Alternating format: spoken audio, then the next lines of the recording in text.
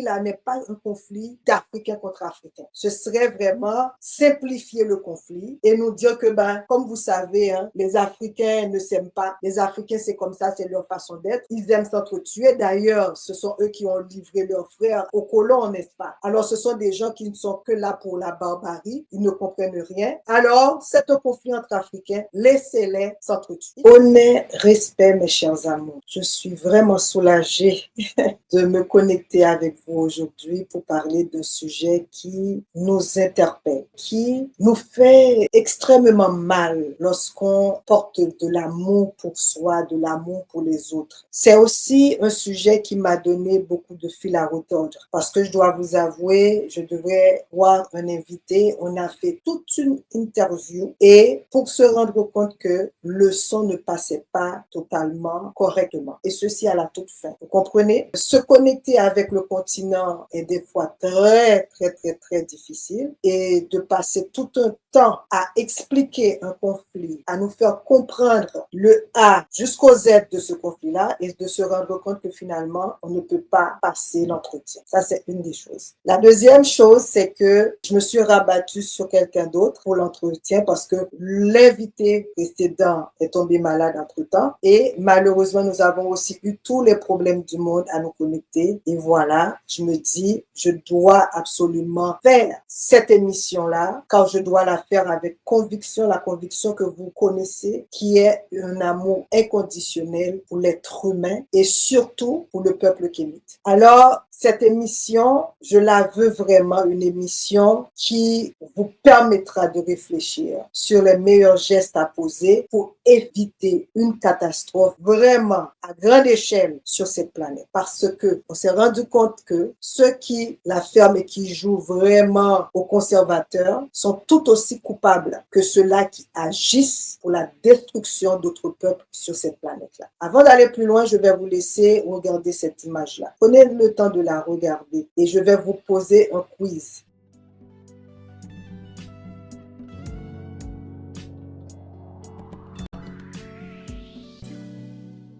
D'où pensez-vous cette image provient? Quel pays où on a eu à filmer cette image-là avec ce malfrat dedans qui terrorise toute une population? Réfléchissez là-dessus et dites-moi ce que vous en pensez. Quel pays? Quel pays? Alors voilà. Et vous saurez en répondant à cette question-là pourquoi il est important de penser à l'unité, à la fraternité et à l'union des peuples sur cette planète.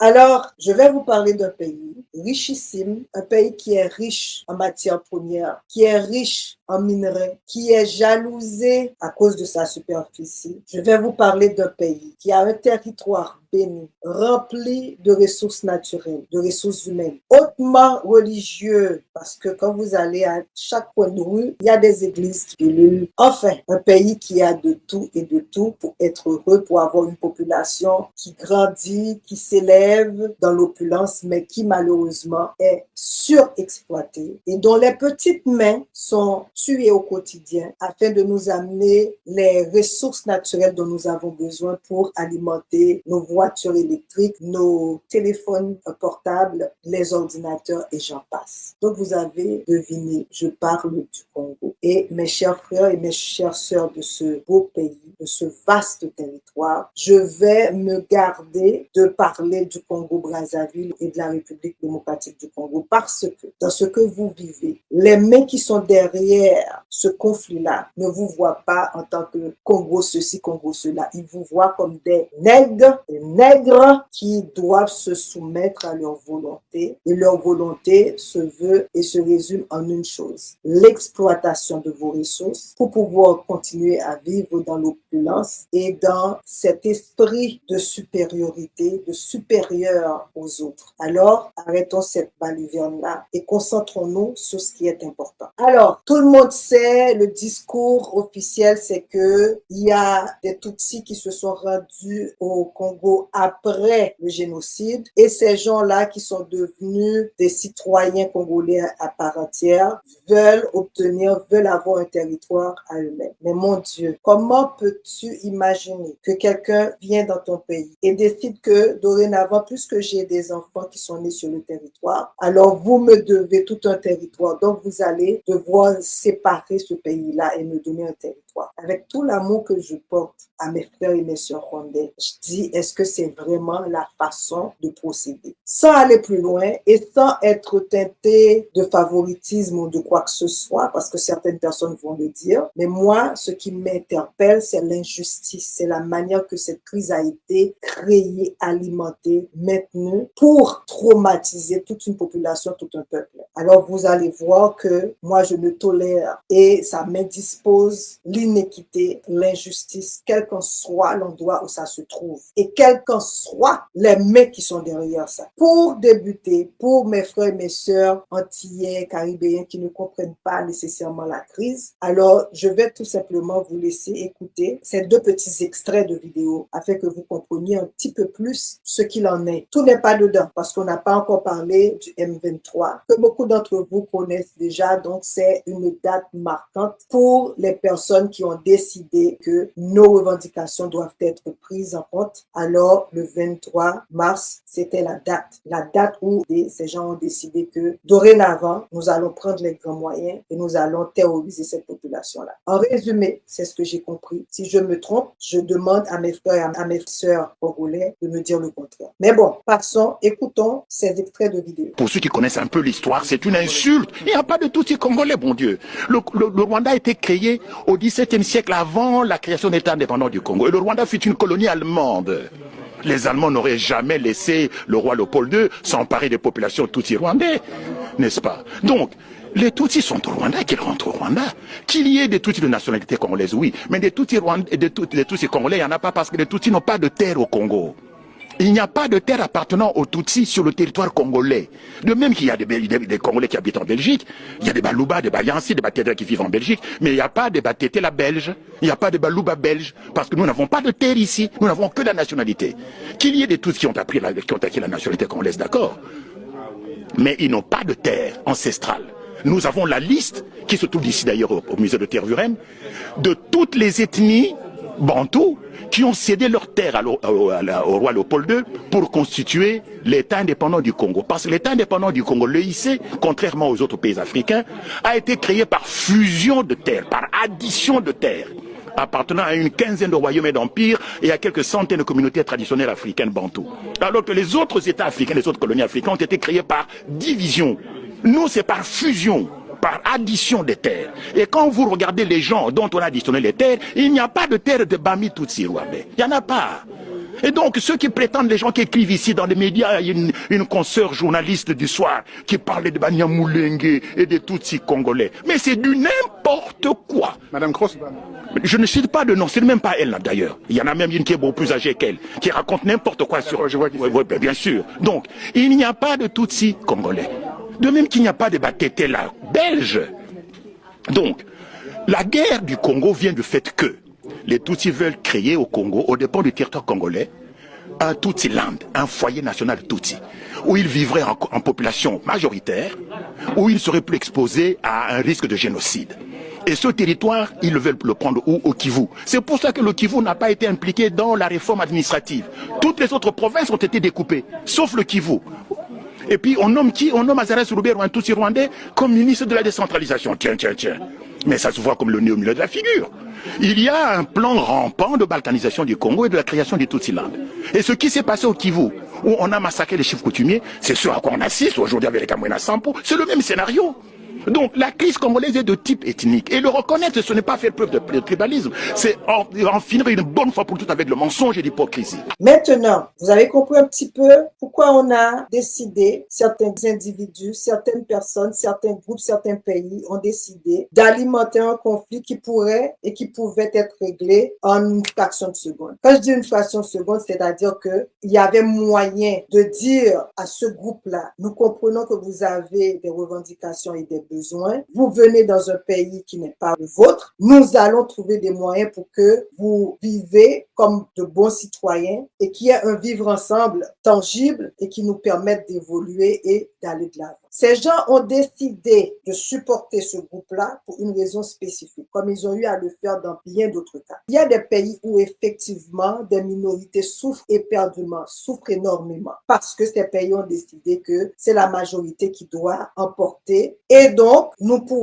avons le droit et la latitude d'opprimer certains groupes de personnes. Mais là n'est pas la question, là n'est pas la réalité. Alors pourquoi alimenter ça? On alimente des conflits de ce genre-là, et on le sait, c'est la même chose pour le conflit israélo-palestinien qui perdure depuis des décennies et dont certains gens, certaines personnes n'ont jamais eu le luxe de vivre dans un pays où règne la paix. Donc, des gens qui ont grandi sous les bombes, les démembrements des femmes, des hommes et naturellement la séparation de familles. Alors, c'est ça. Et c'est ça qu'ils veulent colporter sur ce territoire congolais. Parce que comme j'ai eu à le dire, je ne vais pas faire de différenciation entre la République démocratique du Congo et le Congo-Brazzaville parce que pour moi, c'est de la balienne, je m'excuse, mais c'est la manière de le voir parce que c'est la même chose aussi pour les Haïtiens. Le colon, l'impérialiste, s'en fout royalement et perdument du fait que vous êtes pro Duvalier ou pro Lavalas ou pro je ne sais quoi. Ils s'en foutent royalement. Tout ce qu'ils veulent, c'est s'assurer que ces nègres continuent de se battre et comme ça, nous pouvons passer à côté et les dépouiller exponentiellement sans aucune conséquence. Et ils le font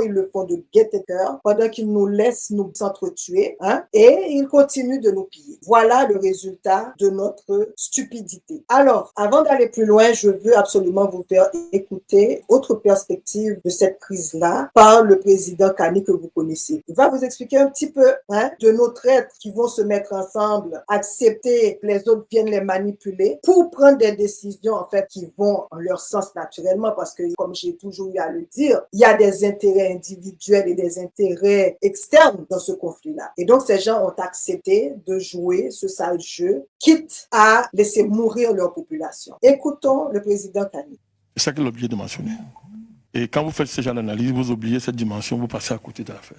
Là, vous avez convoqué l'alliance Kagame-Museveni. Vous leur donnez trop d'honneur. C'est deux vauriens qui sont fabriqués par les États-Unis. Personne ne connaît pas ça. Quand la guerre froide finit, le rôle historique de Mobutu est terminé. Comme tous les traîtres, l'heure de payer son salaire, sa dîme de traître arrive, les Américains le lâchent. Bill Richardson, qui est ambassadeur des États-Unis à Kinshasa, avec qui il mangeait tous les deux, lui dit que monsieur, si tu ne pars pas d'ici, on va traîner ton cadavre à Kinshasa. Il lui dit, c'est connu, c'est documenté, ce que j'ai dit là. C'est documenté. Et vraiment, le naïf, vous ne pouvez pas l'insulter parce qu'il est déjà mort, le naïf, dit que donc maintenant il faut poignarder dans le dos. Donc il part dans le poignarder devant. C'est ça les Africains. Ouais, c'est même bête. C'est même bête. Et Mobutu lui pensait qu'il était tellement important qu'on le poignardait dans le dos, on le poignardait devant. Les Américains avaient déjà réglé l'affaire depuis très longtemps, avaient fabriqué des deux bandits, Kagame et Museveni, dont la mission historique est de faire ce que vous voyez là, à savoir séparer l'Est de la RDC de la RDC. Voilà la mission historique de Paul Kagame et voilà tout le discours génocidaire des Tutsis. Voilà leur mission. Le pacte qui a été signé entre Kagame, Museveni, Kabila père pour renverser Mobutu, c'était quoi? Vous avez oublié? On a transféré toutes les matières premières. Kabila a signé, Kabila père a signé. C'était la condition pour démarrer. Il s'est révolté après, Kabila père. Il s'est révolté après, on l'a assassiné. Ce lépreux là qu'on appelle Kone Nanga, s'est agité en Goma. Il danse, non? Kabila a fait ça, Kabila père a fait ça. Il a oublié.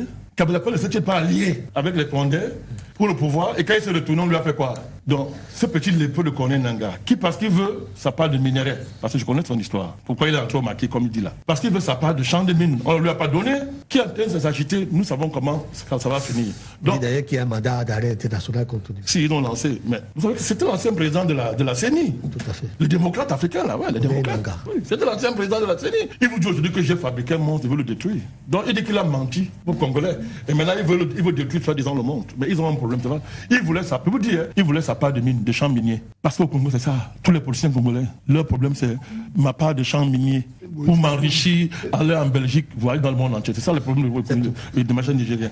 Donc, le M23 peut danser.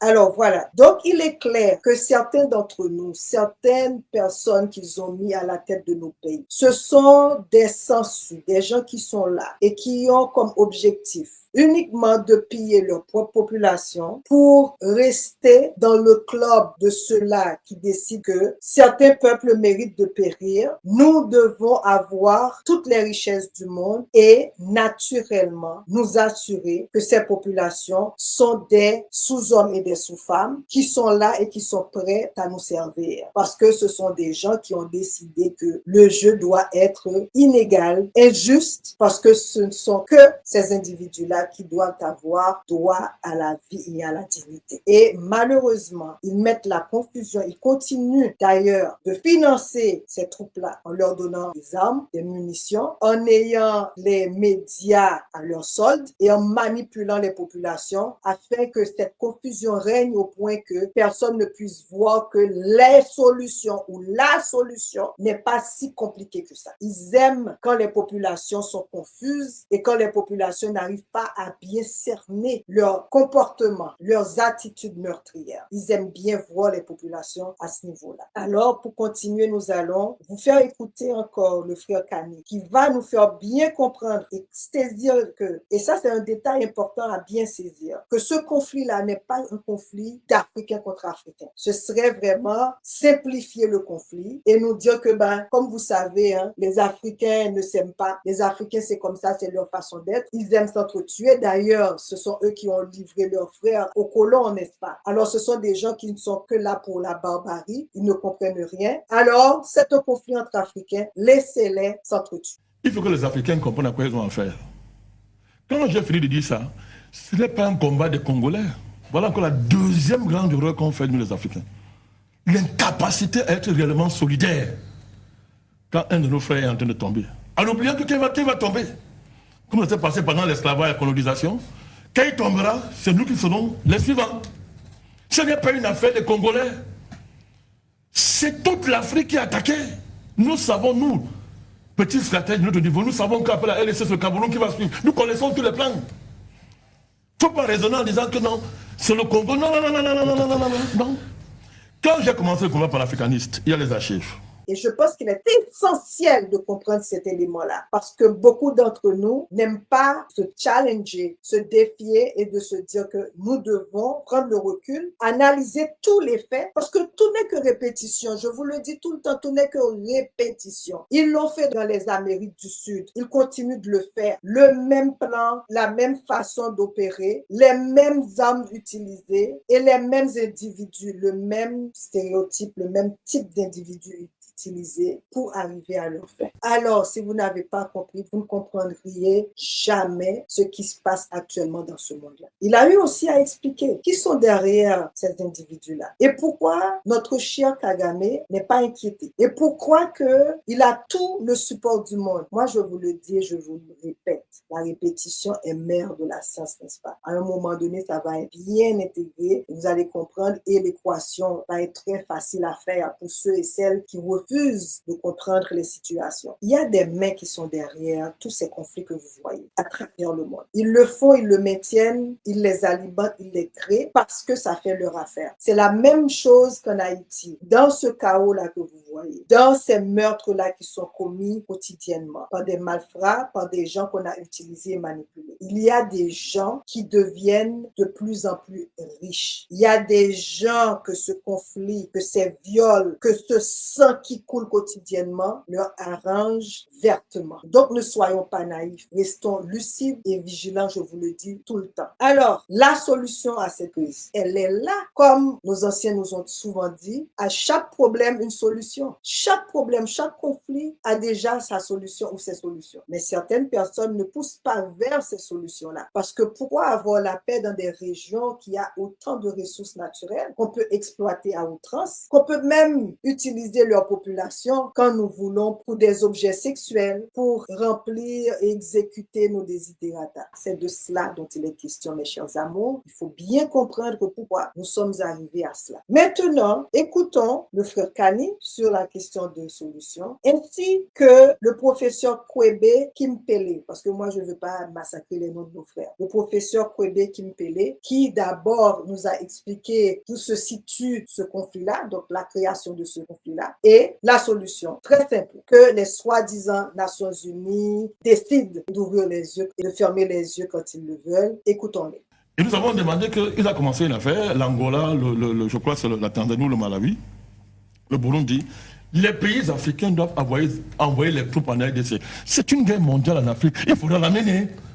Quand on fera notre part, Dieu fera blanc le reste. Il faudra l'amener. Tous les Africains, l'État africain, digne de ce nom, doivent envoyer les troupes en RDC. Voilà pourquoi nous saluons la mobilisation du peuple congolais. Ils considèrent qu'ils sont supérieurs à d'autres. Ils sont supérieurs. Donc, la même mythologie scatologique qui permet à Netanyahou de massacrer les gens dans le monde entier. C'est la même chose que Kagame. En fait, avec tous ces extraits, j'espère que YouTube ne va pas bloquer cette émission-là. Mais je tenais absolument à faire cette émission, je vous le jure. Ce n'est pas uniquement dans nos discours que nous devons agir, nous devons le faire aussi de façon tangible. Parce que la fraternité n'est pas qu'un concept, c'est un vivre ensemble, c'est une expérience de vie et de partage humain. Alors, je me rappelle que lorsque mes frères au tout début me parlaient du conflit rwandais et congolais, je me disais, mais est-ce qu'il n'y avait pas là une certaine jalousie, parce que c'est comme ça qu'on nous a bien intégré certaines bêtises. À chaque fois qu'il y a quelqu'un qui commence à poser une analyse, à faire une critique constructive, on va nécessairement dire que c'est par jalousie que cette personne le dit. Naturellement, pour avoir été dans cette moule occidentale, la première des choses qui m'est venue, c'est de dire, est-ce que mes frères congolais ne sont pas jaloux de cet essor-là que connaît le Rwanda, de ce développement socio-économique qu'ils sont en train de vivre et d'expérimenter? Est-ce que là n'est pas une question de jalousie? Et c'est que la chose que j'ai eue, pour dire vrai, c'est que j'ai eu une sœur rwandaise qui était ici au Canada, qui est venue comme réfugiée et qui m'a expliqué, parce que je l'aidais pour obtenir ses papiers légaux, et elle m'a fait comprendre lorsque j'ai eu à faire certains rendez-vous avec elle au niveau légal, et elle a eu à m'expliquer le climat, ce qui se passait dans son propre pays au Rwanda. Malheureusement, le Canada lui a refusé les papiers sous prétexte que c'est calme dans ton pays, il n'y a aucun conflit, donc tu dois absolument y retourner. Je ne sais pas si cette sœur est encore vivante, parce que j'ai compris, et ça, ce n'est pas Manzel Choubla qui le dit, parce que je ne suis pas rwandaise, je me fie sur des déclarations et des documents qui sont sortis dernièrement pour expliquer que ce monsieur-là qu'on appelle Kagame, c'est quelqu'un qui est un dictateur. Moi, je ne suis pas au pays, je ne peux pas en témoigner, mais je me suis basée sur certains dires, certains faits que certaines personnes m'ont rapportés. Toutes les enquêtes internationales, je dis bien toutes, les documents de l'ONU démontrent que le génocide en chef s'appelle Paul Kagame. C'est connu. Pourquoi il est intouchable? Tout à fait. Paul Kagame. Je vous dis bien, toutes les enquêtes internationales. Moi, je les ai, je l'ai lu. Et les livres sont écrits là-dessus. Il a fait tuer tous ses proches qui ont voulu dire la vérité à des juges. Que ce soit les juges français, en Espagne, partout. L'ONU a tout ça, c'est documenté. Moi, je pose une question. Qui le protège? Jusqu'au point où il oblige la France à faire une fausse repentance pour se réconcilier avec lui, afin de rentrer dans le jeu qu'ils avaient perdu en soutenant Mobutu. Alors, Macron a été obligé de vendre son pays pour faire plaisir aux criminels du Rwanda. Donc, c'est là que j'ai commencé à me poser des questions véritablement sur le conflit congolais-rwandais et pour finalement comprendre que, comme Haïti, ce conflit a été créé de toutes pièces pour terroriser la population, pour prendre contrôle du sous-sol et du sol congolais et pour maintenir un individu qui, selon les enquêtes menées par les instances internationales, que M. Kagame semblerait être un individu individu qui s'est trempé corps et âme à ce qui s'est passé chez lui. Je ne sais pas. Je me base sur ce que les rapports internationaux ont mis sur la table et qui malheureusement le supportent quand même. Alors, les solutions, vous l'avez vu. Ce que moi je m'apprête à dire, c'est que dans ce temps-là où on m'a expliqué ce qu'était le conflit, j'étais invitée par des Congolais, par des pasteurs congolais à des rencontres de prière. Et là, la prière, c'était que Dieu nous envoie un sauveur, que Dieu nous envoie un leader, que Dieu nous envoie ceci, que Dieu nous envoie cela. On en a marre, c'est difficile, c'est ceci, il y a des gens qui meurent. C'était la posture de beaucoup de ces Congolais, de ces pasteurs. Et vous allez voir, à travers de cet extrait-là, du révérend qui décide d'épouser un autre discours. Et ce discours-là, c'est de dire que même dans la Bible, même Dieu, il nous donne le plein pouvoir d'autodéfense. Donc, on ne peut pas tout simplement s'asseoir là et attendre les autres faire ce qu'ils veulent de nous. Et je crois que certains groupes qui se lèvent chez eux pour contrer l'envahisseur, pour contrer les exactions commises contre eux, il y a des gens qui les taxent de terroristes, alors que ceux-là qui terrorisent les populations, on les regarde faire. Et c'est la même chose qui se passe en Haïti actuellement avec ces groupes qu'ils ont créés, qu'ils alimentent par des armes, par la drogue, par tout ce que vous pouvez imaginer, et qu'on leur donne le droit indirectement de martyriser, malmener une population, et eux-mêmes, ils vont faire semblant de vouloir régler le conflit, alors que eux-mêmes, leur main, leur corps, tout leur être sont trempés dans ce conflit-là. Et c'est ce jeu d'hypocrisie qu'ils font tout le temps qui fait que certains d'entre nous, les plus naïfs, décident de quoi. Il y a un parallèle que je vais faire rapidement avec les dires de Kanye. Quand il a parlé de Ron Brown, qui était un représentant des États-Unis en Afrique et qui carrément a dit clairement, c'est le moment d'arrêter le pillage de l'Afrique par l'Union européenne ou tout ce qu'on veut appeler les Européens. Maintenant, c'est à notre tour d'avoir droit de piller ce pays, droit de malmener cette population-là. Parce que Dieu, semble-t-il, l'avait voulu ainsi. Et moi, je vous le dis et je vous le répète, ces gens-là n'ont aucun problème à faire assassiner leur propre président. Ce n'est pas moi qui le dis. Leur propre rapport montre clairement que beaucoup de mains sont trempées dans le meurtre de leur propre président. Ils ont déstabilisé des dizaines et des dizaines de pays à travers le monde. Amérique du Sud, Proche-Orient, les Caraïbes, les Amériques, comme ils veulent. Donc, ce n'est même pas une question de démocrates, républicains, de ceci, de cela, de droite, de gauche, de vert, de centre. Ce n'est même pas ça. C'est un groupe d'individus qui décident que la terre leur appartient et qu'ils ont le plein pouvoir de faire ce qu'ils en veulent. Et c'est pour cette raison que Ron a eu le courage, le toupet de dire que la balkanisation de l'Afrique est un fait. Et c'est pour cela que Luigi Einaudi a eu à dire que le problème qu'il y a en Haïti, c'est que la communauté internationale est tellement confuse et divisée qu'il laisse des Haïtiens gouverner Haïti et que la correction a été faite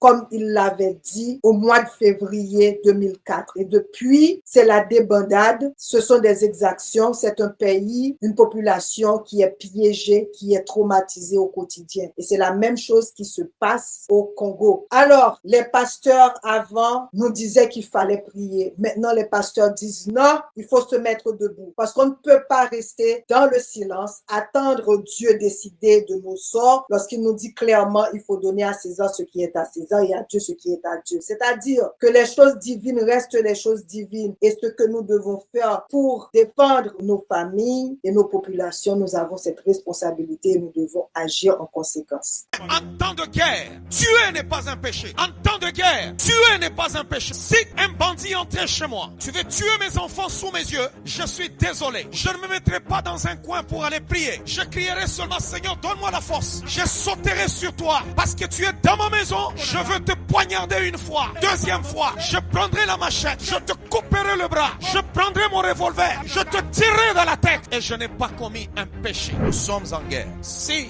les gens à l'Est, nos frères et sœurs qui sont là-bas souffrent, nous devons souffrir avec eux. Un pays, c'est comme un corps. Lorsqu'on a mal à l'orteil, tout le corps le ressent. Lorsqu'on a mal à l'œil, tout le corps le ressent. Qu'ils sentent que nous sommes solidaires. Et c'est notre terre. Le Congo, c'est notre terre. Cette guerre n'est pas la guerre du président Tshisekedi. C'est la guerre de tout Congolais. Parce que c'est pour nos terres. Nous n'allons pas céder un seul centimètre de nos terres. Nous sommes Congolais. En ce moment, nous devons tous rester unis. Nous oublions tous nos différends, que tu sois de la majorité présidentielle, que tu sois de l'opposition, que tu sois de telle couleur, que tu sois de telle tribu. Nous oublions tout. Nous parlons d'abord Congo. Je vais vous laisser écouter une dernière fois un extrait de cet entretien avec notre frère Kani. Le pasteur a raison. Laissez Tshisekedi.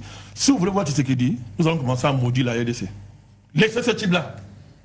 Regardons comment les Congolais se mobilisent. Ils sont en train de se faire enrôler par dizaines de milliers pour se battre pour leur pays. Ça, c'est au moins le bon côté de ce qui est en train de se passer. Enfin, on aura une armée dans ce pays. Mais en attendant, il faut que les États africains envoient les troupes en RDC. Le but, c'est d'entrer au Rwanda et attraper ce criminel, ce génocide, cet assassin que le père Kagame, ennemi de tout un continent. Tout à fait. C'est de cela qu'il s'agit. Ce n'est pas d'autre chose. Ce n'est que ça qui va faire reculer Israël, l'Union européenne et les Occidentaux. Trump, c'est plus subtil. Trump a d'autres problèmes. Trump n'est pas prêt à envoyer les troupes américaines en RDC. Et c'est ça. Vous voyez, c'est de quoi je parle. Si les Congolais se mobilisent et que l'Afrique montre que nous avons compris, en envoyant les troupes en RDC, vous verrez les Occidentaux reculer immédiatement.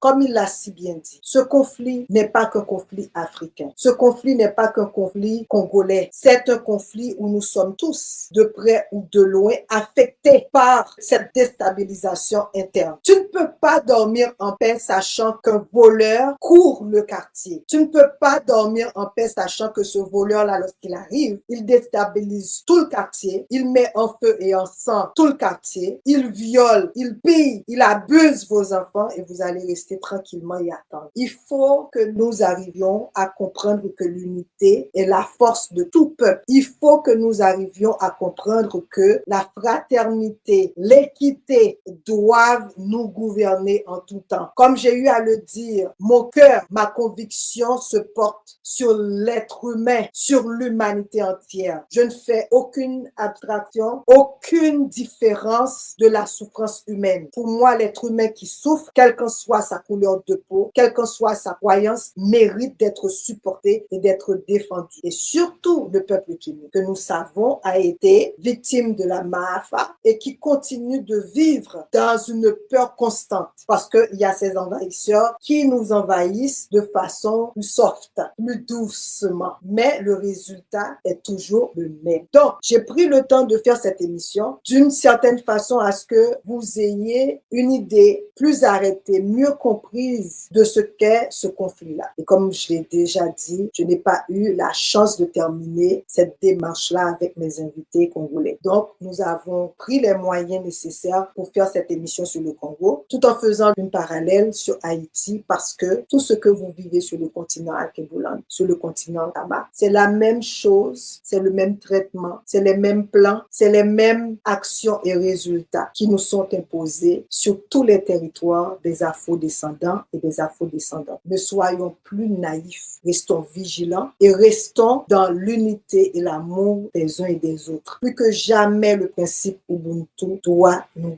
guider dans nos actions, dans le support que nous devons prodiguer à nos frères et à nos sœurs, partout où ils se trouvent sur cette planète. J'espère que ce moment de réflexion vous a été utile. Continuons de rester solidaires parce que ces conflits que vous voyez à travers le monde est un conflit basé sur le contrôle de matières de richesses éphémères qui ne leur serviront absolument pas lors de leur passage ou lors de leur voyage vers l'au-delà. Alors, restons jam. Sur ce, je vous dis tous, Kembe jam, Kembe paragé. Bisous, beaucoup d'amour et à la prochaine émission.